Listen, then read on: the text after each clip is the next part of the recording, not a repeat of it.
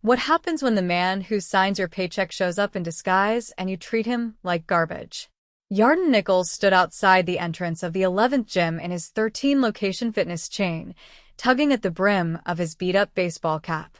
No one knew he was the owner. They never had. He'd bought the chain 6 years ago from a retiring couple who'd grown it from a single mom and pop gym. It was now a full-fledged brand, spread across 3 states. He rarely stepped into the locations himself. That was part of the problem. He used to be on the floor every day helping people learning names. But now? He spent most of his time in meetings about expansion, metrics, and marketing campaigns. Lately, though, something had felt off.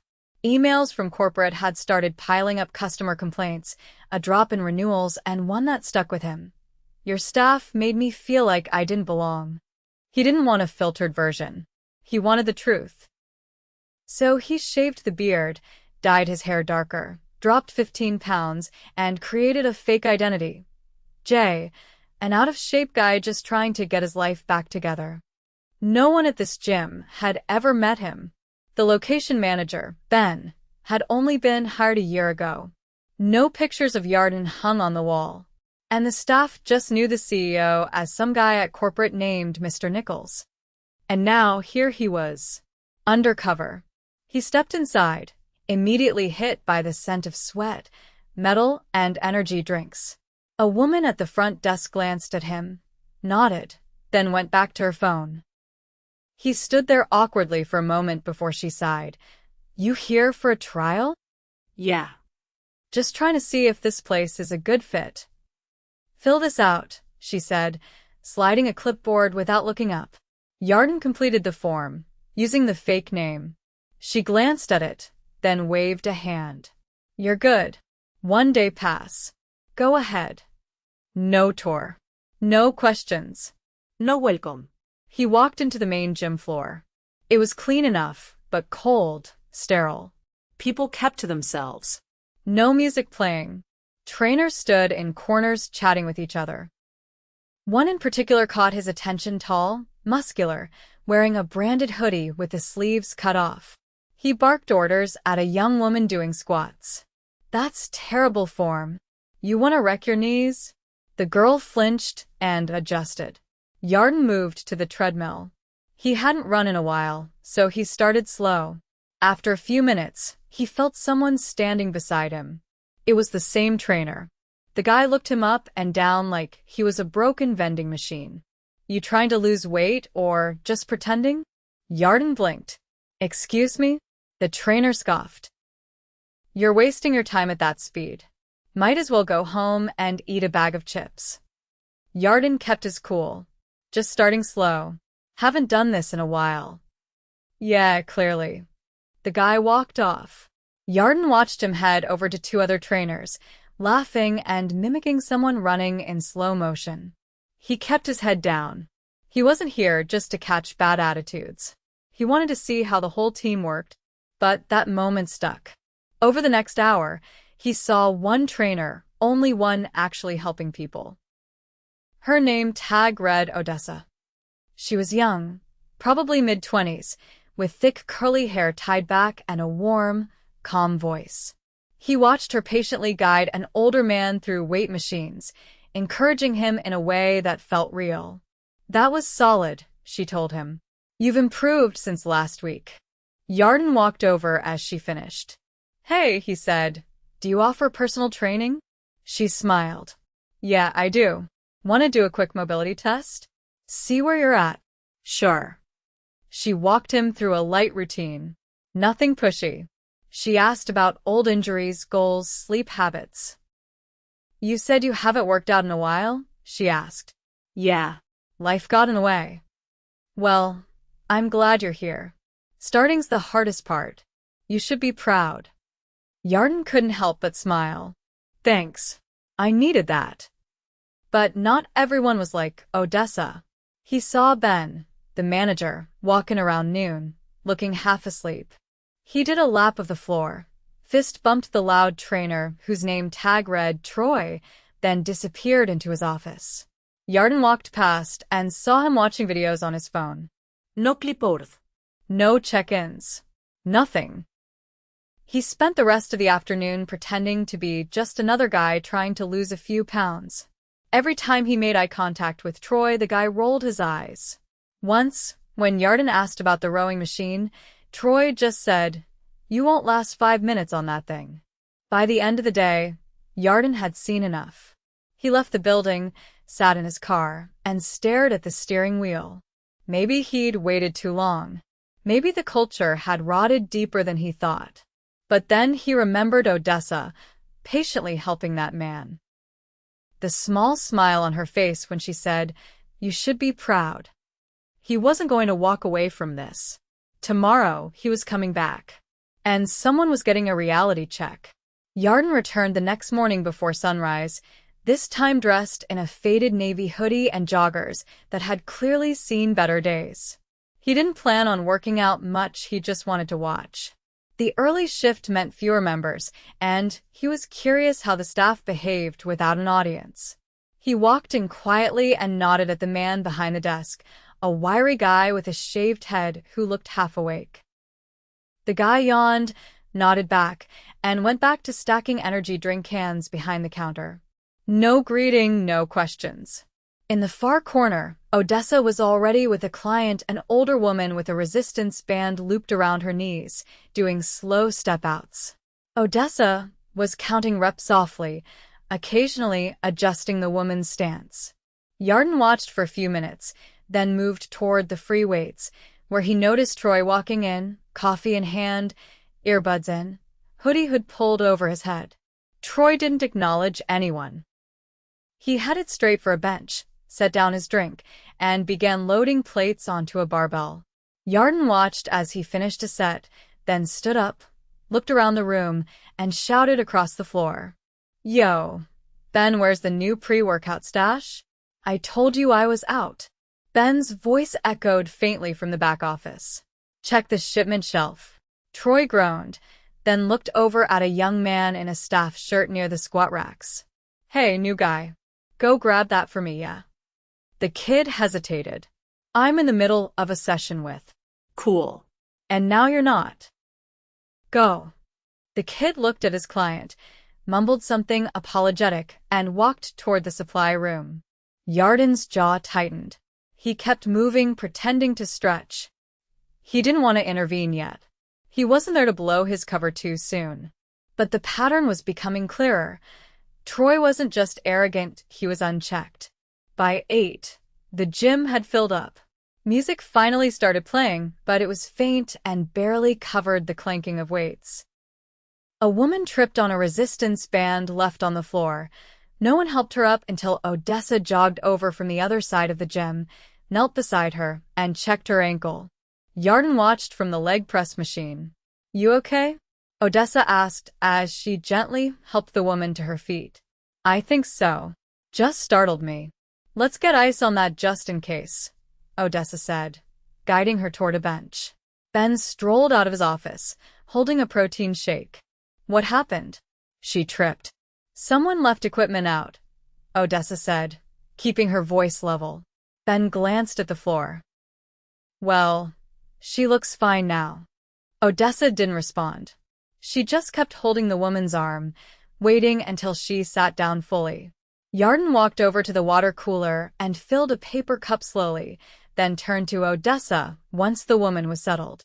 "You always the one fixing things around here?" Odessa gave him a tired smile. "I just try to make sure people feel safe." "You ever get support from management?" She looked at him carefully. "They're Busy. I do what I can." He nodded. "You shouldn't have to carry all that alone." Odessa opened her mouth to respond, but was cut off by Troy's voice booming across the gym again. "Who keeps touching my setup? If I catch someone re-racking my bar again, we're gonna have a problem." Odessa winced. Yarden turned. Troy stood by a bench, glaring around like he was expecting someone to challenge him. A woman near the dumbbells looked up. "I thought no one was using it. You weren't here." Troy walked over, all puff chest and swagger. "I don't leave plates lying around for fun." "You didn't leave a towel. No water bottle." It looked abandoned. Yeah, well, now you know. Next time, don't touch my stuff. The woman grabbed her things and left without saying another word. Yarden followed her out to the parking lot. Hey, he called out softly, approaching as she unlocked her car. She turned. Yeah, I saw what happened. That guy, he's always like that. Worse when no one's watching, she said. I've filed complaints. Nothing changes. I only come here because it's close to my office. But I'm done after this month. Yarden thanked her, turned, and walked back inside. He didn't go straight to the front desk. Instead, he headed to Ben's office and stood just outside the door until Ben noticed him. Can I help you? Ben asked, clearly annoyed. Yeah. I've got a question about the trainers. How are they evaluated? Ben leaned back in his chair. Metrics. Client retention, sales, feedback forms. Why? Do you read the feedback? Ben shrugged. We skim. Corporate does most of that. What if someone gets a bunch of complaints? Then they probably need to sell more sessions to make up for it. Yarden stared at him. You ever fire anyone? Ben scoffed. Why would I? Trainers bring in money. We're not running a daycare. Yarden didn't respond. He just nodded, walked out, and headed back to the weight floor. He approached Odessa again, now alone near the pull-up bars. You free for a minute? Yeah, what's up? I've been watching how you work. You're the only one here who checks in on people. You always like this. She laughed softly. I don't know how else to be. Why do you stay? She hesitated. I believe in what this place could be, not what it is right now. Yarden paused. You ever think about managing? Odessa raised an eyebrow. You're asking someone who gets paid by the session if she wants to run a gym? Just a question. She studied him. You're not who you say you are you? He smiled faintly. Not exactly. Thought so. Most people don't ask about management philosophy. Before he could respond, shouting erupted from the other side of the room. Troy was standing over a teenager who had dropped a dumbbell near his bench. You trying to get someone hurt? You mess up my set again, and I'll bounce you out myself. The kid looked frozen, eyes wide. Yarden stepped forward, his voice even but loud enough to cut through the noise. That's enough. Troy turned. Excuse me? You don't talk to members like that. Who the hell do you think you are? Yarden walked up until there were only a few feet between them. My name's Yarden Nichols, he said calmly. I own this gym, and every one of the 10 others. The room went quiet. Troy blinked. Wait. What? You've been mistreating clients, intimidating staff, and coasting on your ego for long enough. Ben had entered from the office, looking pale. Mr. Nichols, we didn't know you were. I know you didn't, Yarden said, not taking his eyes off Troy. Which is why I'm here in person. Troy laughed nervously.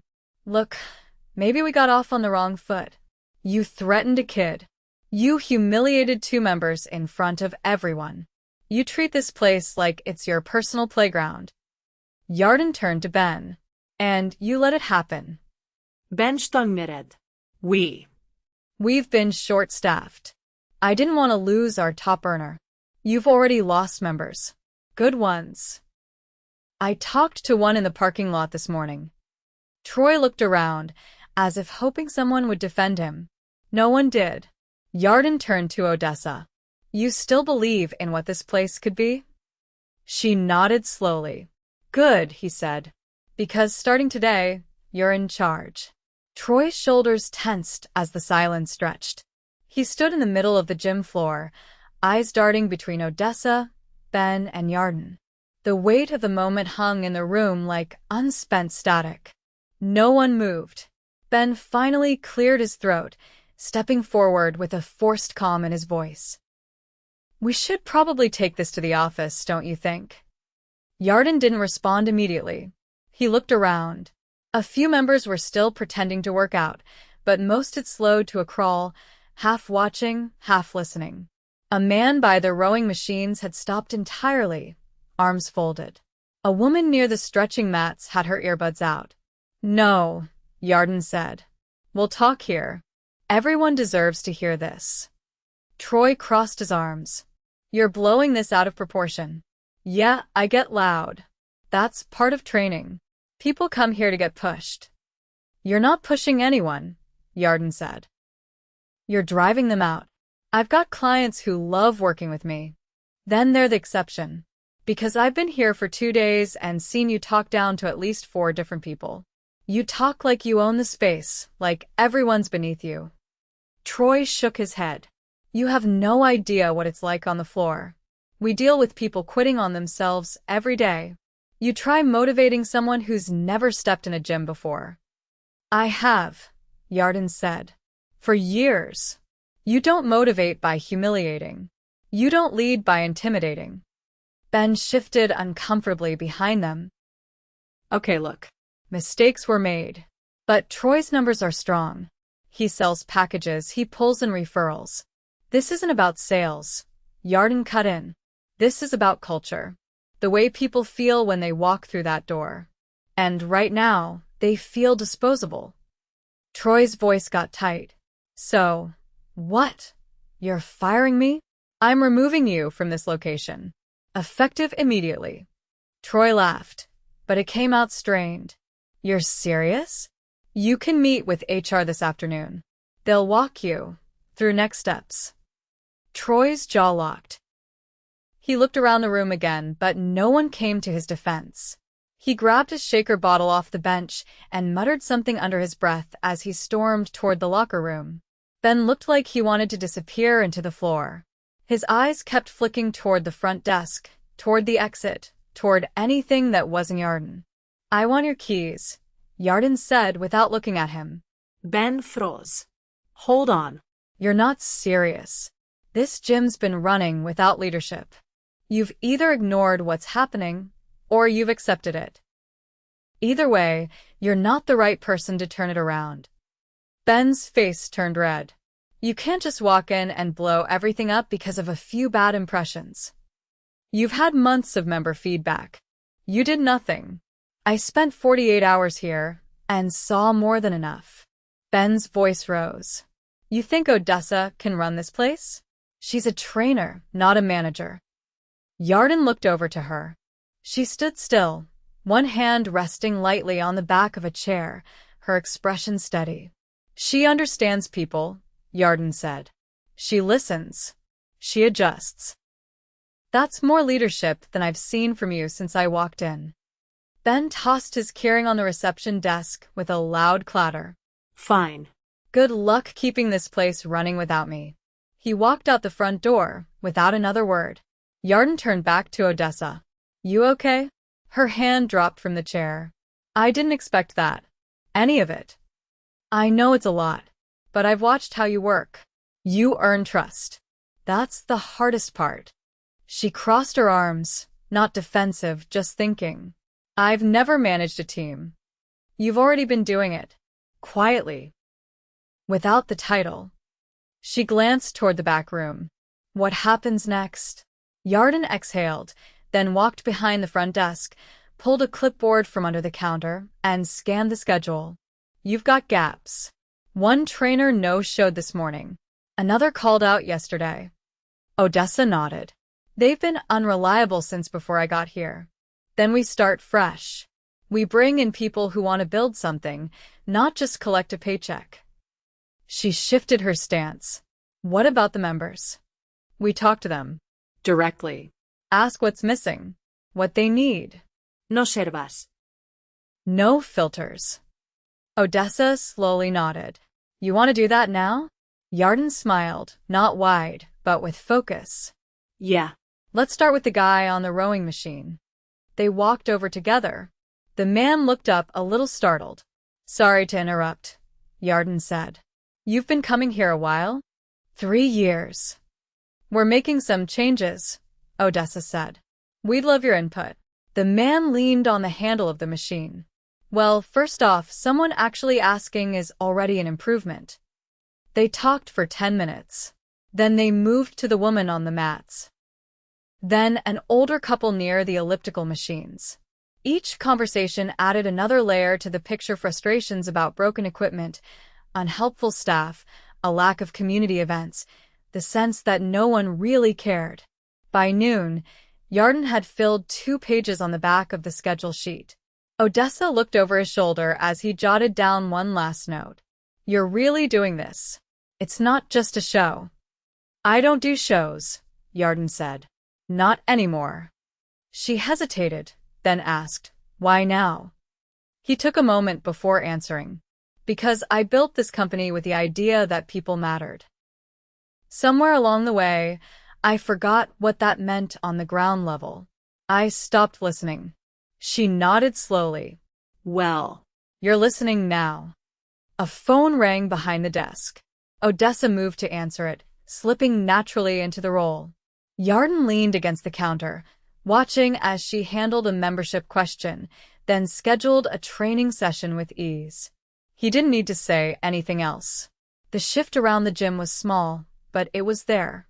The staff, who remained 2 part-time trainers, and the young guy Troy had barked at earlier, started checking in with members more. One of them walked over to re-rack a stray dumbbell without being asked. The music got turned up a notch. Nothing dramatic, nothing loud, just the slow return of presence.